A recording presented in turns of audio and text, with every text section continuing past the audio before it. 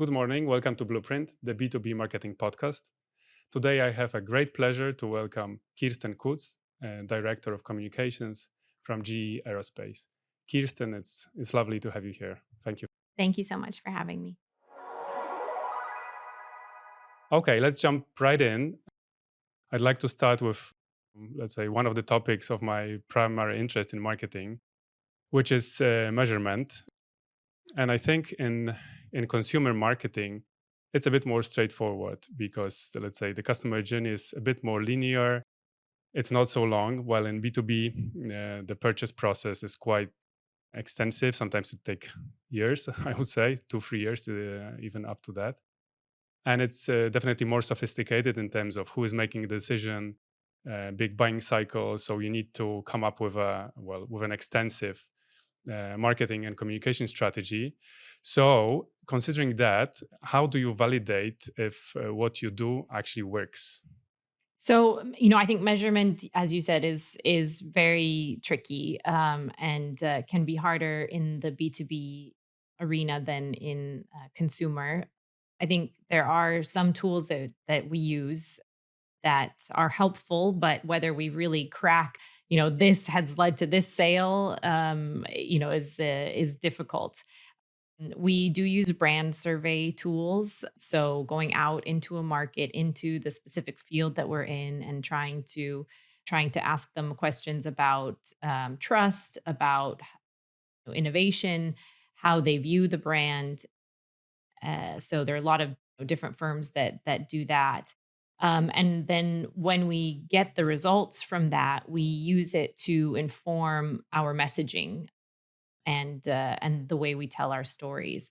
So, for example, if a higher sense of being a local company adds to trustworthiness, for instance, then we try to make sure that we have the right local messaging and all of our storytelling to be able to increase that feeling of trustworthiness, as an example.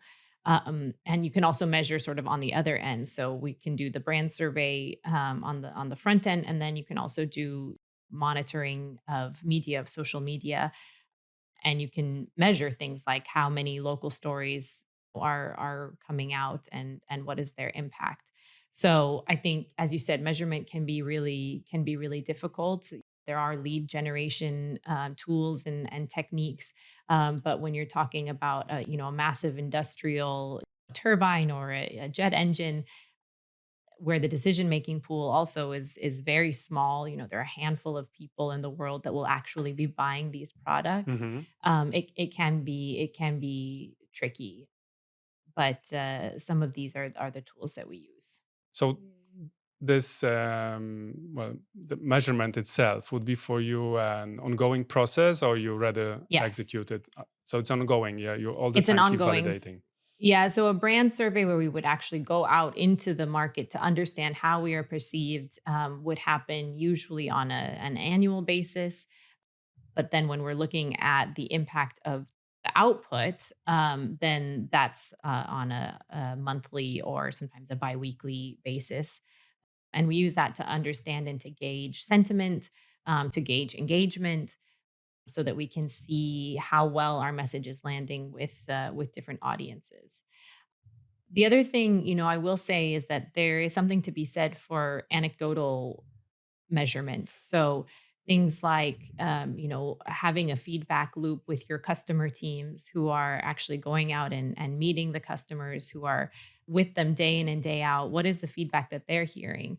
And we use that often to inform some of the activities that we do. Somebody is happy about this, not happy about this. Well, what could we do to help them understand the story better? So that's an important one, Right. although it's definitely subjective. Yeah. I totally love this one. I mean, like speaking to clients, sometimes we are looking Mhm. for very sophisticated methods to measure, and actually sometimes having direct feedback is what really works. Do you think that all, let's say, actions or tactics need to be measured? Are you fine, let's say, building a strategy with some activities not being able to validate them? Is this okay to have some an action that is not measurable? Yes, definitely. I think in business, in communications, in life, I think balance is always the key. So some things can be measured. You have to also, look at the return on investment, both in terms of time and effort, and sometimes budget.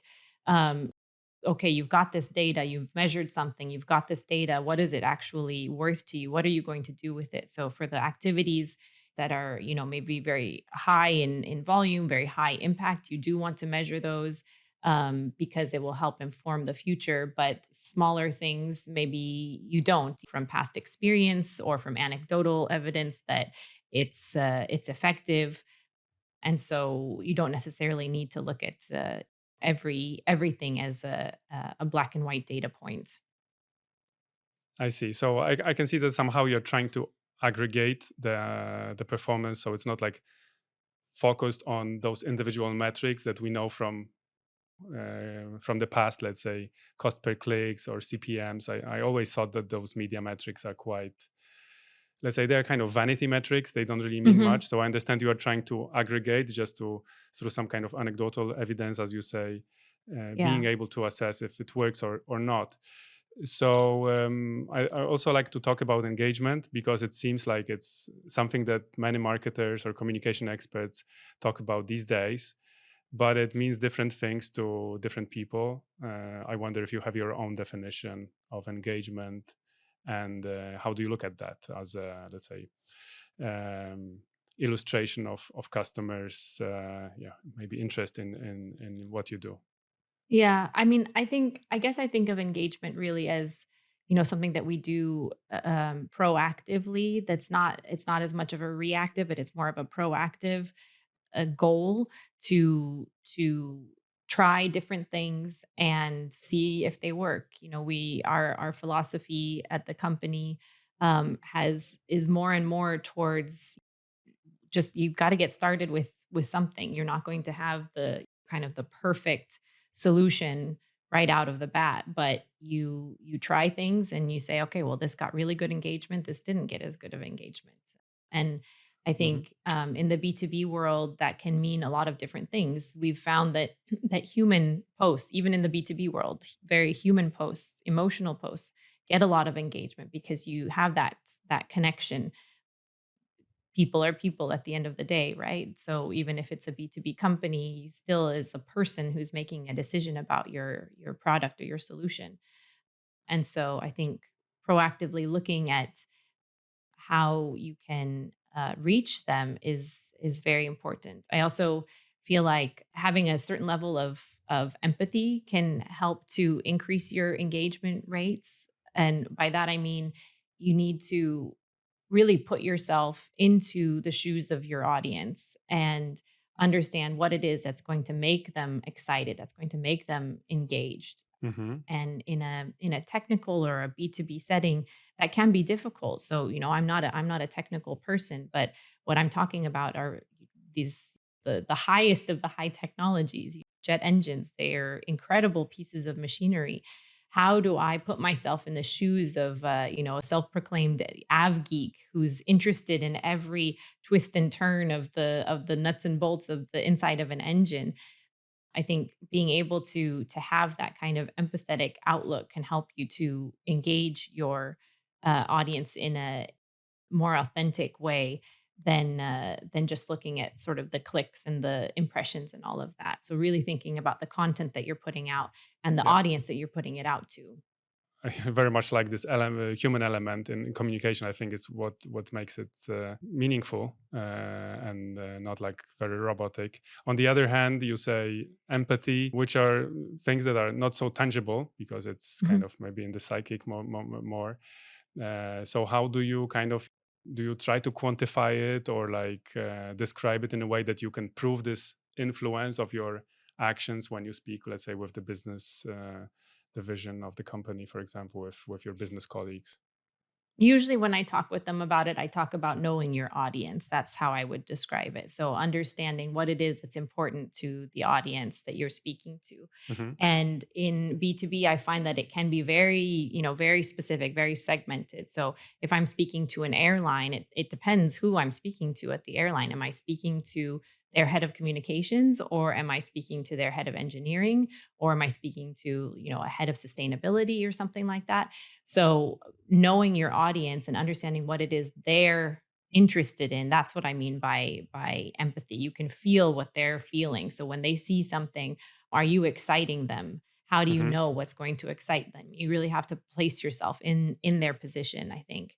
And so when I talk to executives about that, yes, it's definitely a difficult thing to measure, but there is a moment when you see that something really lands. You see that a story hits, or that a tactic or a kind of um, creative way of presenting something has really hit the nail on the head, because you can see like a physical reaction.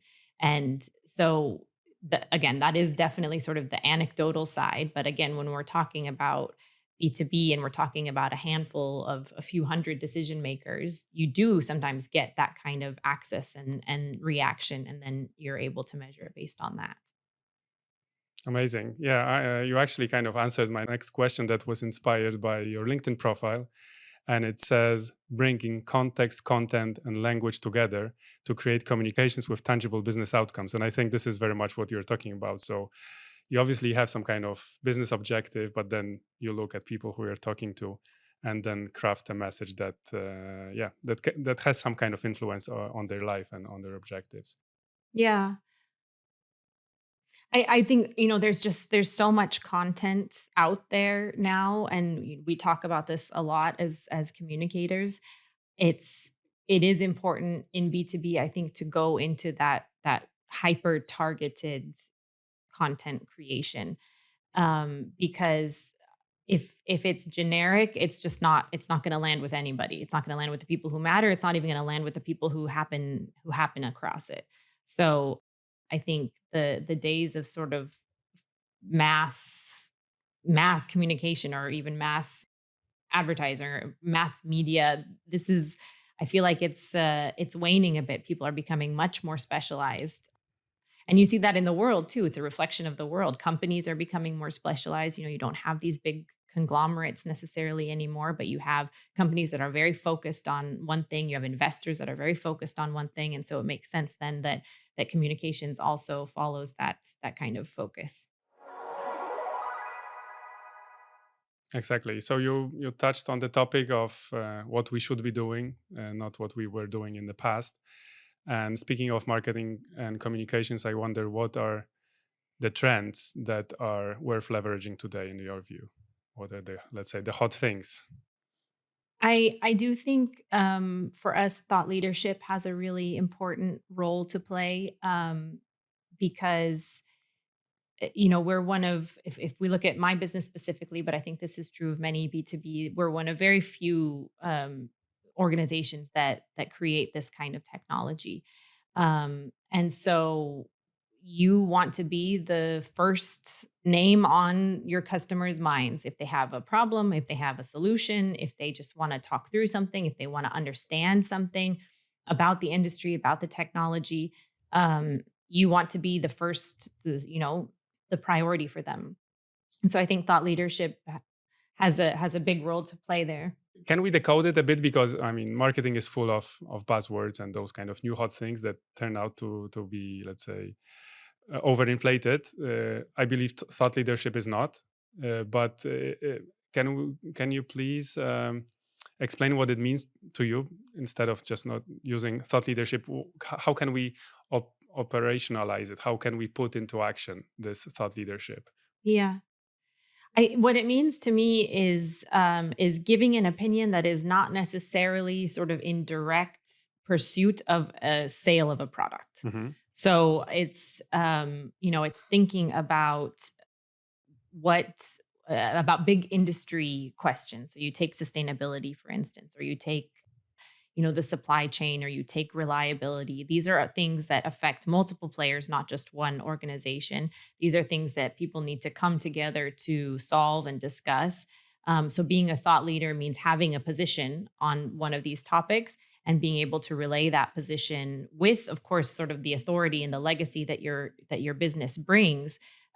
But it's definitely, it's not in the sort of straight line from it's not a sales pitch. It's a more elevated kind of opinion or position on an important issue for an industry. So in that case, can salespeople be thought leaders, or it's contradictory? No, they can, but it requires different messaging, and that gets back to audience, right? So if you are talking to the person who's going to sign the contract, you're going to be talking about very different things than if you're talking to an audience at a conference.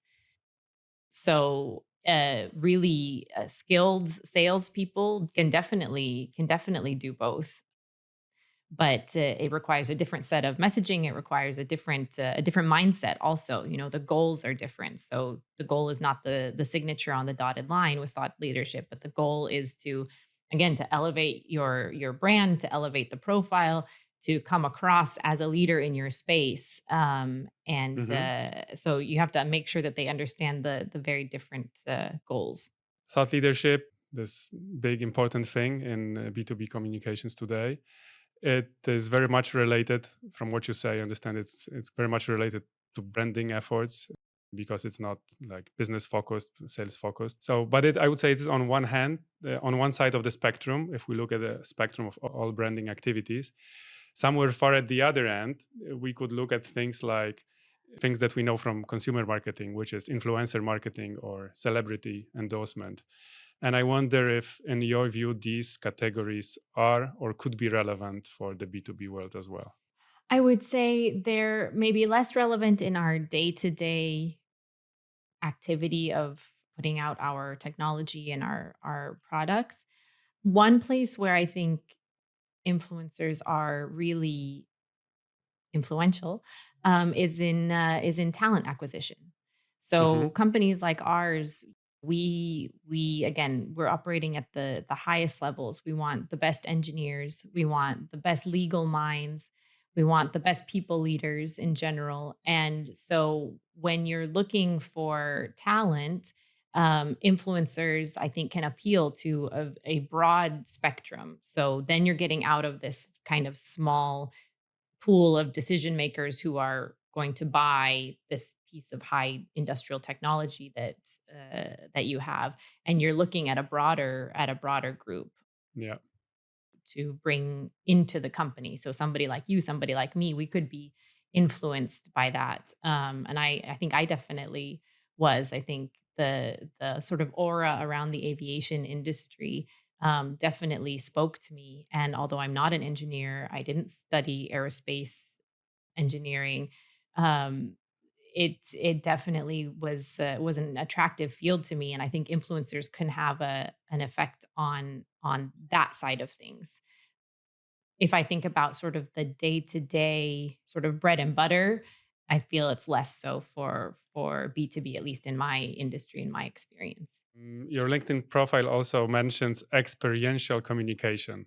What does it mean, and how to develop that? Because I kind of intuitively feel what you have in mind, but can you give us some examples? Yeah, I think experiential just means that your senses are being activated in a number of different ways, and different senses are being activated still to get a message across, still to tell a story. But things like an innovation center that has an element of interactivity to it, when you have like an innovation timeline or something like that, or you know you're telling a sustainability story. You have an interactive chart that shows how aircraft emissions change over time and how the technology changes over time, and you can see it on a graph or anything that you allows you to touch and hear and feel, smell and taste, maybe less so in our business, but you know, you never know. But that's what I mean by that. It's when you can really sort of physically be part of the story and interact with it, maybe even affect the outcome of it. That I think is really, it can be really powerful. You mentioned before, let's say this more emotional, like human side of the business and of communication and marketing. And I also can see that in the last couple of, let's say, 2 3 years, we see more and more of such campaigns present in the B2B realm. Is this relevant for you as well? Let's say crafting emotional messages. What are the proportions? Can we do it? This type of creative approach, not the corporate one that is obvious for those big brands that have a lot to, let's say, lose in terms of brand reputation. Would you still take a risk to be emotional in your messaging and creative? Yes, I mean, I think it's a must. Again, for a lot of different reasons. First, people are people, so yes, it's B2B, but at the end of the day, you're talking to a person. I think again, what I mentioned earlier about just the amount of content, if you've got very dry corporate, high level, non-tangible, non-meaningful content, it's not going to get through to anybody. So I think the having more emotional, more human content actually helps you cut through some of the clutter. And I think the way we look at it at GE Aerospace, it's about telling the story of what it means, not just about what is the product, how does it affect countries, how does it affect your lives. We talk about connecting people, so at the end of the day, we're building a machine, right? But what is the impact? What does it mean for the aviation industry also? And I would say that's maybe of particular importance in this region. It's the aviation industry is sort of this ripple effect, right? So it's where you've got aviation at the center, but then you have tourism and you have economic development and growth, and all of this comes. So I think being able to tell the story of the impact and the meaning can become quite emotional, quite personal, and quite effective, because then you're tying it to people's lives. I think sometimes B2B companies are not that visible in terms of what we actually do. If I think about sort of the past and the wide or the big GE, you're turning on lights, you don't really think about the turbines or the windmills that are producing the electricity, but it's something that's really a need. And I think when you get that message out there and when people realize that you are impacting their lives, even if they can't see it tangibly or they don't think of it tangibly, that meaning is something that they can hang on to, and it's something that they remember. It's sort of that age old quote about I don't remember what you said, but I remember what you made me feel. It connects into that, and I think that's a human thing, and I think that is important in B2B as well as other kinds of marketing and communications. Totally. I would still say that you have a bit of advantage being in the aerospace business because it sounds exciting, like going back to childhood years. Easier said than done, obviously, because on one hand you have those, let's say, creative, emotional messages and the stories and the context, what's the purpose and how people use it. On the other hand, you have this quite formal corporate messaging that you need to do on a daily because you also report to, I don't know, investors and so on, to the, let's say, broad market. What's your secret sauce of how to switch between those two contexts? Is it even doable? Yeah, I think it is doable, and it's about that balance. It's you're hardly ever going to be completely emotional or completely corporate. Um, and so I think looking at the audience, and that can get down to, again, even the personality of the person or the group that you're speaking to. How do they relate? Are they kind of just this cut and dry, just the numbers, just the facts, ma'am? Is that the audience that you're talking to? In which case, then you reflect that. And if your audience is a group of young engineers who are looking at their future, they're coders, they're maybe a little bit more informal, then you want to tie into that emotional side. So it's about balance, I think, and it's about tailoring, again, to the audience that you're speaking with. Right. Now, still talking about how the marketing industry is changing. I'd like to talk about communication formats. They have significantly evolved over the last, let's say, decade. I think that still 5 years ago we thought that 6 to 10 seconds is very short. Now on social media it feels like it's very long. How does this impact the professional communication? Does it impact what you do on a daily basis? Yeah, I think it does. I guess the next question to ask is, like, how much shorter can it get? How much more can I pack into 4 seconds. I think there is a place for that, but I have found that when we're trying to move the needle, again, speaking to the audiences that we're speaking to, generally speaking, there is a thirst and an understanding that it takes more than 4 seconds to tell the story. And so I've actually been focusing quite a lot on long form content, so on real stories of people, of technology, of impact that's being made, and those have, so many different uses. They can be cut down, they can be published in, on a blog, they can be pitched to media, they can be, shortened into social posts that you then use to amplify a full piece. So I think, mm, I feel like long form content may have its resurgence, and that people will understand, especially in our industry, that it's going to take a little bit more than quick scroll through video. Um, and again, our audiences, I think, are more willing to go a little bit deeper because we're talking to very specific engineers and long-term corporate leaders and that sort of thing. Yeah, I think it takes some courage to say that, but I very much agree with you that it actually shows that we live in the times with kind of parallel worlds. I mean, there are those let's say channels that 3 seconds is long enough, but at the same time you can see YouTubers, for example, recording podcasts that take 2 hours, or they study some subjects and they go really deep into that, and because of their expertise, the length is not a hurdle. So now I'd like to talk a bit about the challenges in your current role. You've been with GE for quite some time, and GE, obviously, it's a big recognized brand. You mentioned the big GE, and now it's let's say silos as a standalone entity. But still it is a well-known and recognized brand. I wonder if you still feel like you need to work on awareness, or you rather need to focus on other goals. I mean, I wonder if being such a big brand, you still need to invest more and more into branding.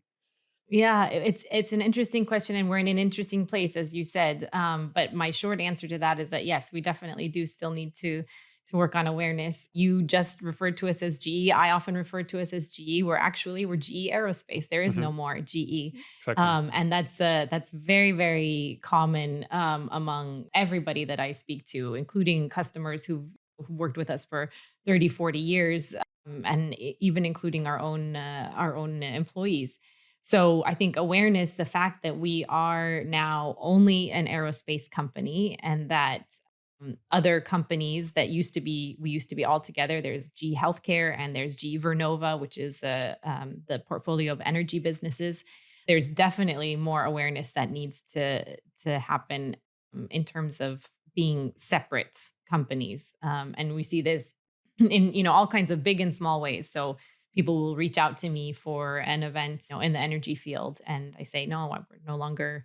GE is no longer only an energy company. You have GE Vernova, and I'll direct you there. So it's, I think awareness is still a big thing for us, and even if we weren't in this very transitional phase right now, I do think that awareness is something that you need to keep up at least to a certain level in a very crowded space. Everyone has a presence, everyone has a voice, everyone has a platform. So you do need to keep up the awareness, especially I think if you are trying to position yourself in this sort of thought leadership or as an industry leader. If people don't know who you are in within your industry, then that can be detrimental, I think, down the road. So awareness is still very very important. Oh, okay. Now, GE, if we look just at the region that you're in, GE Aerospace is massive in terms of sales volume. However, it's quite small in terms of the organizational clients in the region, and hence the number of people that need to be influenced. And I wonder if this makes your job easier or more difficult, and how does it relate also to, would it convince you to prioritize kind of direct interaction versus whatever happens in digital? Mm. Yeah, so I think, I mean, it's an interesting, easier, harder. It would be hard to answer, but I can say for myself, I love it. I think that intimacy with the having that direct impact is something that I really love about my job and my industry. Um, so by first name, who it is that I'm really trying to reach, definitely has its advantages, and the kind of person that I am, where I like to go deeper, I like to build relationships. That definitely is something that I love about the job. And it means that you can, again, back to the targeting, you can do this targeting in a more effective way because you know the ins and outs, you know the quirks, you know the very specific issues faced by a specific person or team or company, and then you're able to hopefully try to mitigate or to celebrate in a more personal way that's appreciated. And if you look at this region, I think that makes maybe more of a difference in this region than in others. That close relationship, that sort of, we're governed by what's called the spirit in the letter, from a compliance and an integrities perspective. But I think you can bring that spirit and letter sort of theme outside. So there's the letter, there's the here's what we're all supposed to do, but there's also the intention. There's the spirit of what we're all trying to do together. And I think that when you have customers who feel that you're on the same team, that we're all pulling for the same goals, that can really be effective when it comes to communicating with them. I see. Yeah, I very much agree that it's quite a special region. I think it's not as flat as the rest of the world, with quite traditional, very unique customs and so on, and colorful. How does it influence what you do? I mean, is it difficult kind of to fit the local cultural context, or there is not so much of that? I haven't found it to be difficult to match the cultural context. I think maybe I naturally tend towards that. As I said, I'm very sort of relationship based, and so that seems to work well here. I think it's a very future focused region, and I love that. I love that it's the airlines that we are looking at or that we work with here are all about what's next and what's coming. And um they're young, right? They don't necessarily have some of the literal or figurative baggage that some of the other regions and customers might have. And so they're able to just, with sort of vision and direction, just kind of just go for it. And I love that spirit and that focus. Yeah, it feels very competitive and like lots of, let's say, big arena for success. So now let's we spoke about you and your challenges with GE Aerospace, but I also like to talk just a bit about your, let's say, skills, tool set, and mindset and approach. And I'd like to start with writing because it seems like it's kind of connecting with communications. And for a long time, writing has been considered a very important skill, like the ability to capture ideas, to describe, engage, and so on. But now with the advent of AI, some say that this skill becomes a bit obsolete, redundant, and I wonder what you think about that.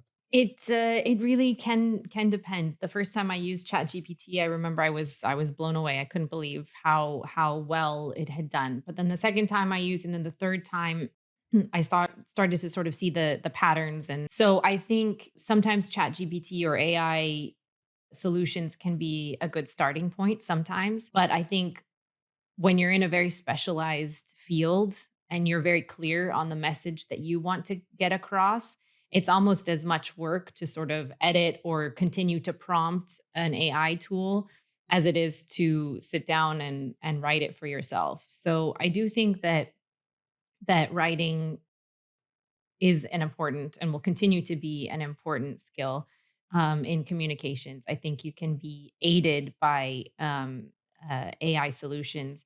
But um, I think really hitting the nuances, really pulling in exactly what it is you want the reader to understand.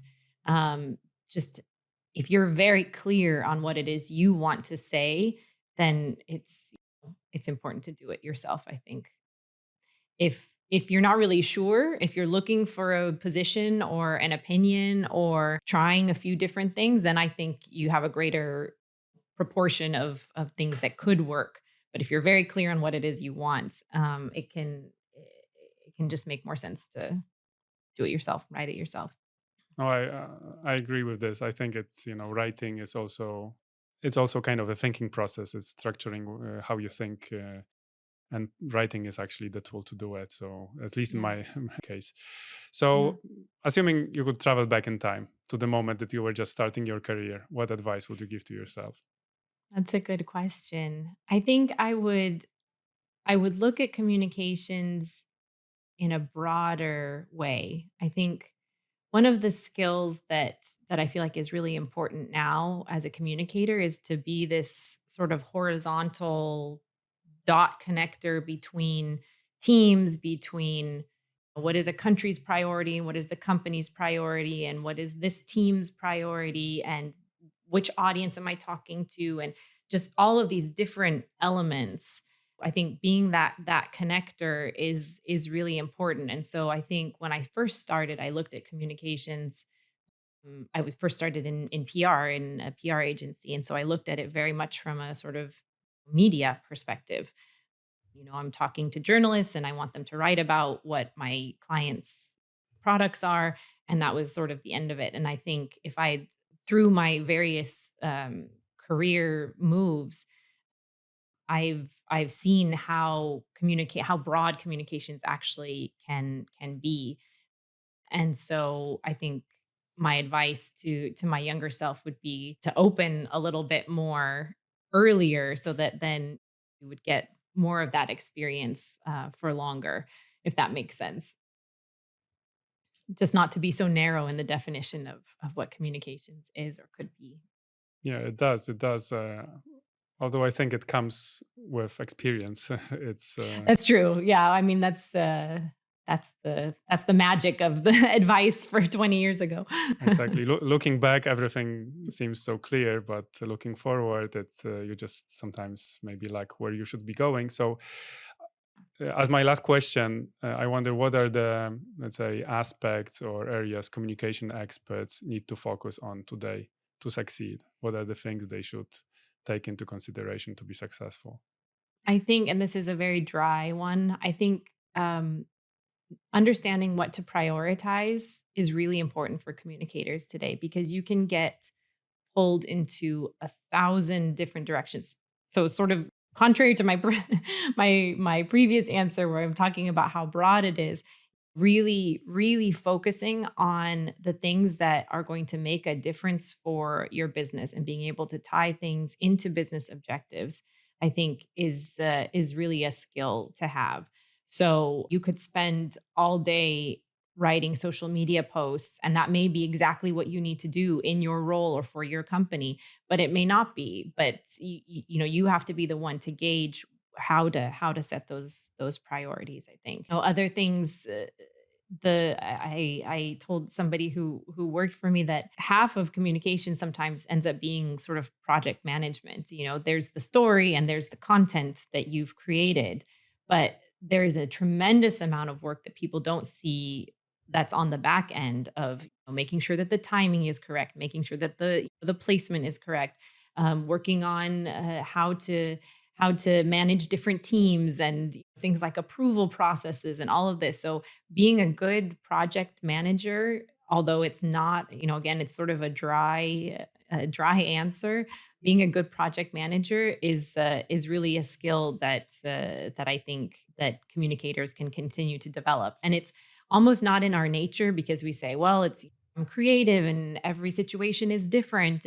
But we've really been tasked at GE Aerospace to look at lean manufacturing and to apply some of the principles of lean manufacturing, the step by step, the recurring processes, the how do you eliminate waste, how do you create value.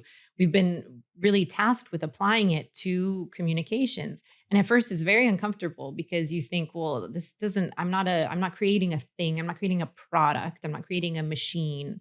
But there are a lot of things that actually do apply in terms of what are the rhythms that you set up? What are the things? How do you find out where the problem is, where the bottleneck is? All of these things, and that can all tie into project management and lean. So I'm still definitely building that myself, but I can definitely feel already and see the value of it for the future. Amazing. Kirsten, I think this is a great takeaway for me from this discussion. Thank you so much. Sure. Thank you so much.